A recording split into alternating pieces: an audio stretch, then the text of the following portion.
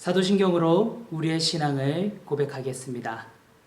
나는 전능하신 아버지 하나님, 천지의 창조주를 믿습니다. 나는 그의 유일하신 아들, 우리 주 예수 그리스도를 믿습니다. 그는 성령으로 잉태되어 동정녀 마리아에게서 나시고 본디오 빌라도에게 고난을 받아 십자가에 못 박혀 죽으시고 장사된 지 사흘 만에 죽은 자 가운데서 다시 살아나셨으며 하늘에 오르시어 전능하신 아버지 하나님 우편에 앉아 계시다가 거기로부터 살아있는 자와 죽은 자를 심판하러 오십니다. 나는 성령을 믿으며 거룩한 공교회와 성도의 교제와 죄를 용서받는 것과 몸의 부활과 영생을 믿습니다. 아멘. 사랑이 많으신 하나님 아버지, 오늘 이 시간에도 각자의 자리에서 예배드리게 하심을 감사합니다. 이 시간 드리는 예배를 하나님께서 기뻐 받으시기를 원합니다. 우리 마음속에 근심 걱정이 자리 잡고 있다면 하나님께서 위로하셔서 이 예배의 시간에 온전히 집중하고 하나님만을 위해 예배드릴 수 있도록 도와주시옵소서.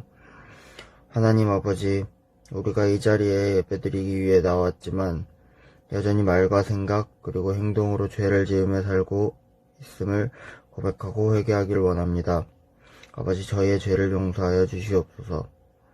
최근 코로나로 인해 많은 사람들이 힘든 가운데 있습니다. 하루속히 사태가 진정되어 정상적인 생활을 이어나갈 수 있도록 도와주시고 다시 교회에 모여 예배드릴 수 있는 날이 하루빨리 올 수 있도록 도와주시옵소서. 이 시간 말씀을 듣습니다. 말씀을 전하시는 강도사님에게도 성령 하나님께서 함께 하셔서 말씀의 능력을 더하여 주시옵소서. 이 모든 기도 살아계신 하나님께 드리오며 예수님의 이름으로 기도드렸습니다. 아멘. 오늘 하나님께서 우리에게 주신 말씀은 마태복음 26장 69절에서 75절 말씀입니다. 마태복음 26장 69절에서 75절 말씀입니다. 함께 합독하겠습니다. 베드로가 바깥들에 앉았더니 한 여종이 나와 이르되 너도 갈릴리 사람 예수와 함께 있었도다 하거늘 베드로가 모든 사람 앞에서 부인하여 이르되 나는 내가 무슨 말을 하는지 알지 못하겠노라 하며 앞문까지 나아가니 다른 여종이 그를 보고 거기 있는 사람들에게 말하되 이 사람은 나사렛 예수와 함께 있었도다 하매 베드로가 맹세하고 또 부인하여 이르되 나는 그 사람을 알지 못하노라 하더라. 조금 후에 곁에 서 있던 사람들이 나와 베드로에게 이르되 너도 진실로 그 도당이라 내 말소리가 너를 표명한다 하거늘 그가 저주하며 맹세하여 이르되 나는 그 사람을 알지 못하노라 하니 곧 닭이 울더라. 이에 베드로가 예수님의 말씀에 닭 울기 전에 내가 3번 나를 부인하리라 하심이 생각나서 밖에 나가서 심히 통곡하니라. 아멘. 할렐루야. 청년부 예배에 오신 여러분들을 주님의 이름으로 환영합니다. 우리 모두가 각자의 처소에서 영과 진리로 하나님을 예배할 때에 하나님께서는 그 예배를 기뻐 받으시며 오늘 예배드리는 우리 모두에게 한량없는 은혜와 자비를 베풀어 주실 줄 믿습니다. 사랑하는 청년 여러분, 오늘은 종려주일입니다. 종려주일은 예수님께서 십자가를 지시기 위해 겸손의 나귀를 타시고 예루살렘으로 입성하신 그날을 기념하는 주일입니다. 오늘 끝으로 내일부터 본격적으로 우리는 고난주간을 맞이하게 됩니다. 한 주간 예수님의 십자가를 기억하면서 날 위해 이 땅에 오신 예수님께 감사하며 그분을 닮아내는 한 주가 되시기를 간절히 소망합니다. 유대 지도자 모임 사내들인은 더 이상 예수님을 가만히 둘 수 없었습니다. 사내들인이란 대제사장과 바리새인, 사두개인, 서기관, 그리고 장로 등 의장을 포함한 71명으로 구성된 유대사회의 최고 의결 기관이었습니다. 그들은 분명 처음에는 예수님을 나사렛 시골 풋내기 이단 정도로만 여겼습니다. 그러나 3년이 지난 지금 예수님을 따르는 무리는 허다해졌습니다. 또한 그의 말 한마디 한마디가 어찌나 예리하든지 유대 사회의 근간과 뿌리를 흔들었습니다. 처음에는 이 몇 번의 율법 논쟁으로 예수님을 제압할 수 있으리라 판단했습니다. 그런데 어찌된 일인지 예수님과 논쟁하면 논쟁할수록 그 대단한 율법 교사 바리새인들은 대중들 앞에서 체면을 구겼으며 예수님의 인기는 날로 높아만 졌습니다. 대중들은 이 30대 시골 청년이 당대 최고의 엘리트 무리들을 곤란케 하는 모습에 모두 박수치며 환호하였습니다. 요한복음 11장 47절과 48절을 보면 당시 유대 지도자들의 심리 상태를 정확히 읽을 수 있습니다.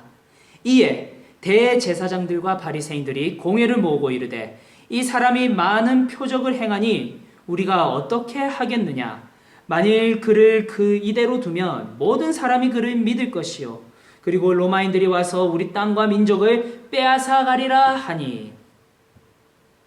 이에 유대 지도부는 예수님을 죽이기로 결심합니다. 가야바는 본문 26장 50절을 통해 이렇게 말합니다. 예수 한 사람이 백성을 위하여 죽는 게 유익하다.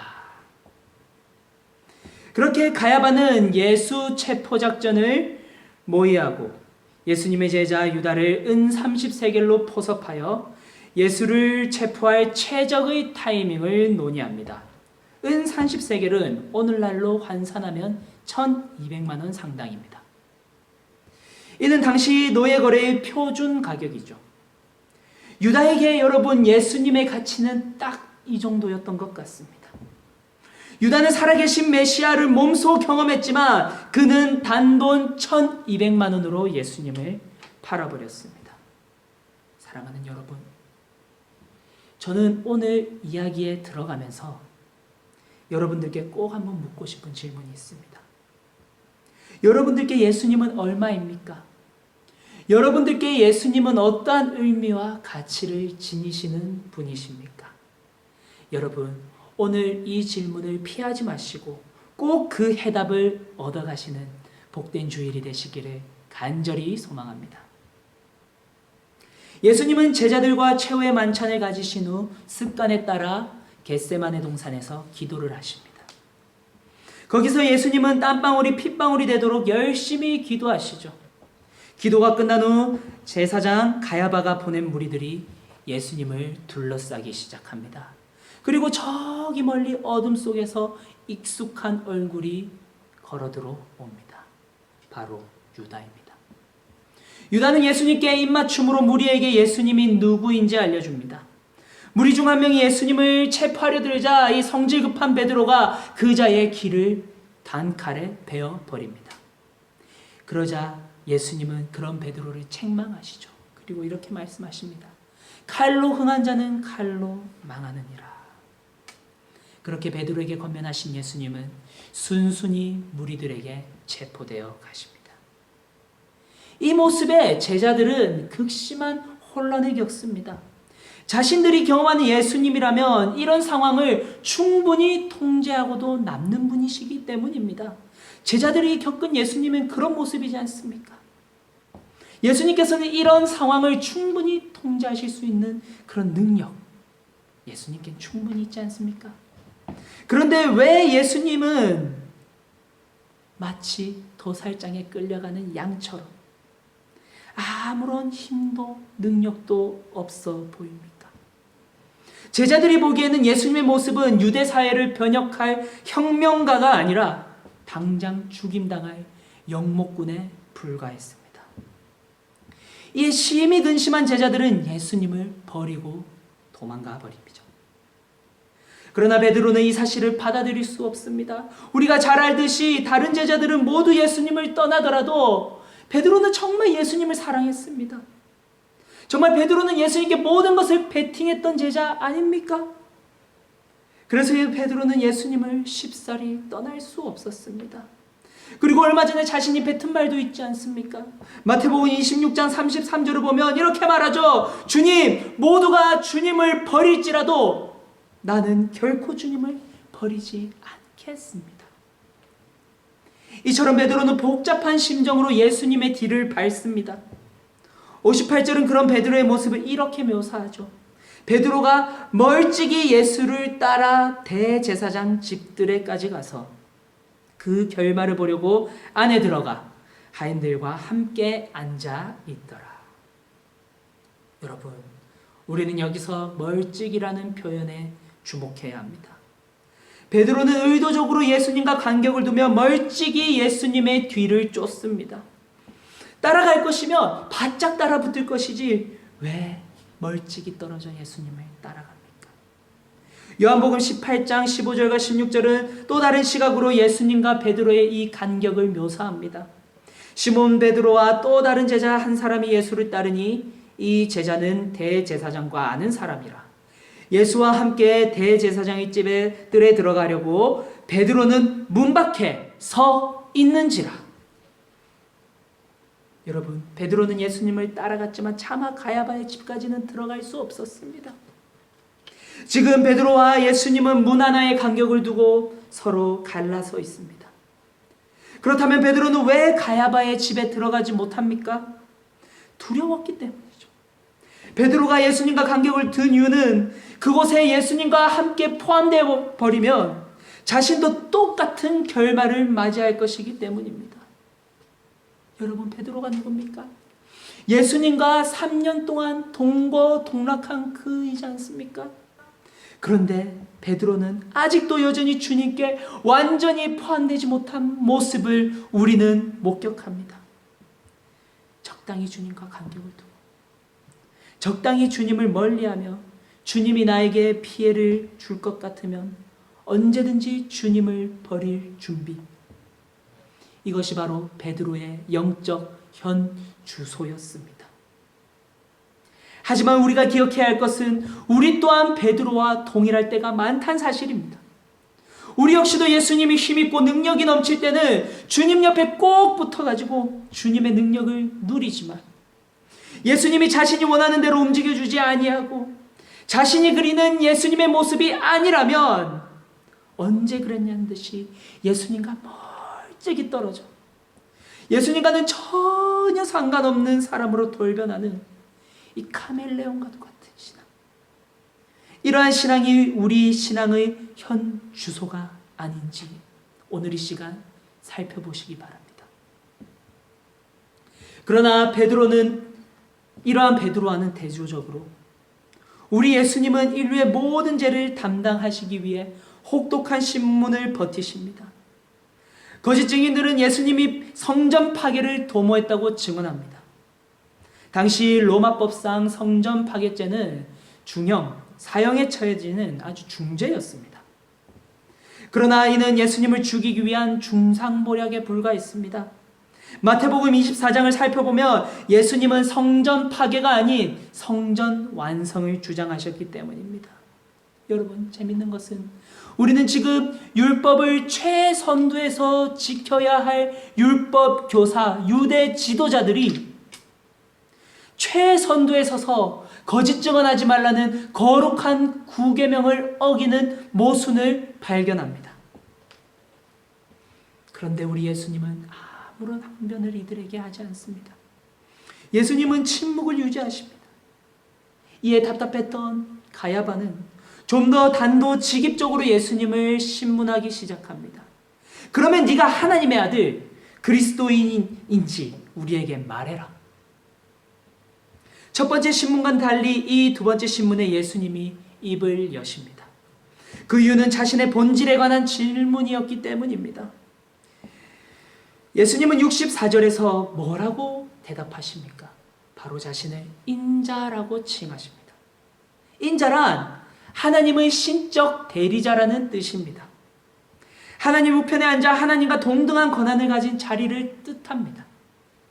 즉 예수님은 자신이 바로 구약에서 말한 그 메시아라는 사실을, 하나님의 대리자라는 사실을 사내들인 유대 지도자 71명 앞에서 선언하셨습니다. 이에 분노한 가야바는 자신의 옷을 찢어버립니다. 그리고 그들은 예수님을 신성모독죄로 사형에 구형하고 예수님 얼굴에 침을 뱉고 구타하기에 이릅니다.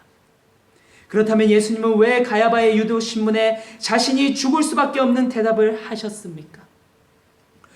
왜 신의 아들이신 예수님이 존귀하시며 고귀하시고 죄는 눈을 씻고도 찾을 수 없는 그분께서 이러한 수치를 당하셔야 합니까? 여러분, 그 이유는 다른 데 있지 않습니다. 바로 예수님께서 우리를 사랑하시기 때문입니다. 애초부터 예수님은 우리를 위해 죽기 위해 이 땅에 오셨기 때문입니다. 얼마든지 자신을 곡해하며 자신을 조롱하는 저들을 초자연적인 능력으로 심판하실 수 있는 분이시지만 예수님은 우리 때문에, 바로 우리 때문에 참으시며 상대할 가치조차 없는 이들에게 피고의 신문으로 혹독한 신문을 당하십니다. 여러분, 참으로 흥미롭지 않습니까? 지금 같은 시간, 같은 공간에서 펼쳐지는 너무나도 대조적인 예수님과 베드로의 이 두 모습. 예수님이 인류를 위해 고난당하시며 수모당하시는 그 순간 그 장소에서 단지 문 하나를 간격에 두고 베드로는 예수님을 지속적으로 반복적으로 배신하며 저주하고 있습니다. 한 여종이 제사장 뜰에서 베드로를 보며 이렇게 외칩니다. 저자도 예수와 함께 다니는 무리다. 이에 베드로는 예수님을 모른다고 부인합니다. 계속되는 종용에 베드로는 맹세하며 예수님을 모른다고 합니다. 무리가 믿지 않자 베드로는 결코 해선 안 될 말을 뱉습니다. 바로 예수님을 저주하고 맙니다. 여러분, 우리는 지금 계속해서 너무나도 선명한 대조, 이 대조를 목격하고 있습니다. 같은 시간, 같은 공간, 예수님은 인류의 모든 죄를 지고 신문당하고 계시지만 베드로는 같은 시간, 같은 공간에서 예수님을 지속적으로 부인하며 저주하고 있습니다. 우리 역시도 마찬가지입니다. 우리는 지금 이 순간에도, 아니 분초마다 예수님을 배신하며 부인하며 저주하고 있을지도 모르겠습니다. 그래서 베드로처럼 결국에는 세상을 택하고 세상을 사랑하고 있을지도 모르겠습니다. 그러나 예수님은 지금 이 시간에도 우리를 위해 피땀 흘리며 우리를 위해 중보하고 계십니다. 우리와 동행하시며 우리 안에 거주하시는 이 예수님께서는 지금도 하나님 우편에서 날마다 주님을 부인하며 배신하는 우리를 위해 중보하고 계십니다. 여러분, 이것이 지금도 지속적으로 펼쳐지는 예수님과 우리와의 동상이몽입니다. 동상이몽. 겉으로는 같은 생각, 같은 길을 걷는 것처럼 보이지만 그 속은 전혀 다른, 사실 우리가 베드로이고 사실 우리가 유다입니다. 사랑하는 여러분, 그렇다면 예수님의 사랑과 우리의 배신, 이 만날 수 없는 팽팽한 평행선을 무너뜨리고 동상이몽이 아닌 예수님과 같은 생각, 같은 길을 걸을 수 있는 방법은 무엇입니까?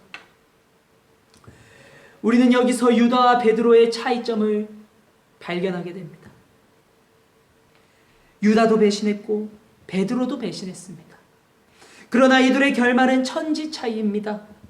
오늘 본문의 다음 장은 유다가 어떠한 결말을 맞이하는지 소개합니다. 예수님을 판 후 유다는 후회하죠. 그리하여 은 30세겔을 성소에 던진 후 자살을 택합니다. 분명 마태복음 27장 3절에서 유다가 스스로를 뉘우쳤다고 표현합니다. 그러나 여러분, 이것은 회개가 아니라 후회입니다. 그 이유는 결국 그는 하나님께 용서를 구하지 않았기 때문이죠. 그렇게 유다는 스스로 회복할 기회를 스스로 던져버리고 죽음을 택합니다. 결국 유다는 이처럼 회개가 아닌 후회로 파멸을 낳습니다. 그러나 사랑하는 여러분, 베드로는 다릅니다. 베드로도 똑같이 유다처럼 죽고 싶지 않았겠습니까? 얼마나 자기 자신이 혐오스러웠겠습니까? 하지만 베드로는 자신을 돌아보면 부족하지만 다시금 주님을 사랑한다고 고백합니다. 요한복음 21장을 보면 베드로는 감히 주님을 배신했던 그 입술로 너무나도 부끄럽지만 자신의 모든 자존심을 내려놓고 3번 반복하여 주님을 사랑한다고 고백합니다. 여러분, 이러한 베드로에게 주님은 무엇을 맡기십니까?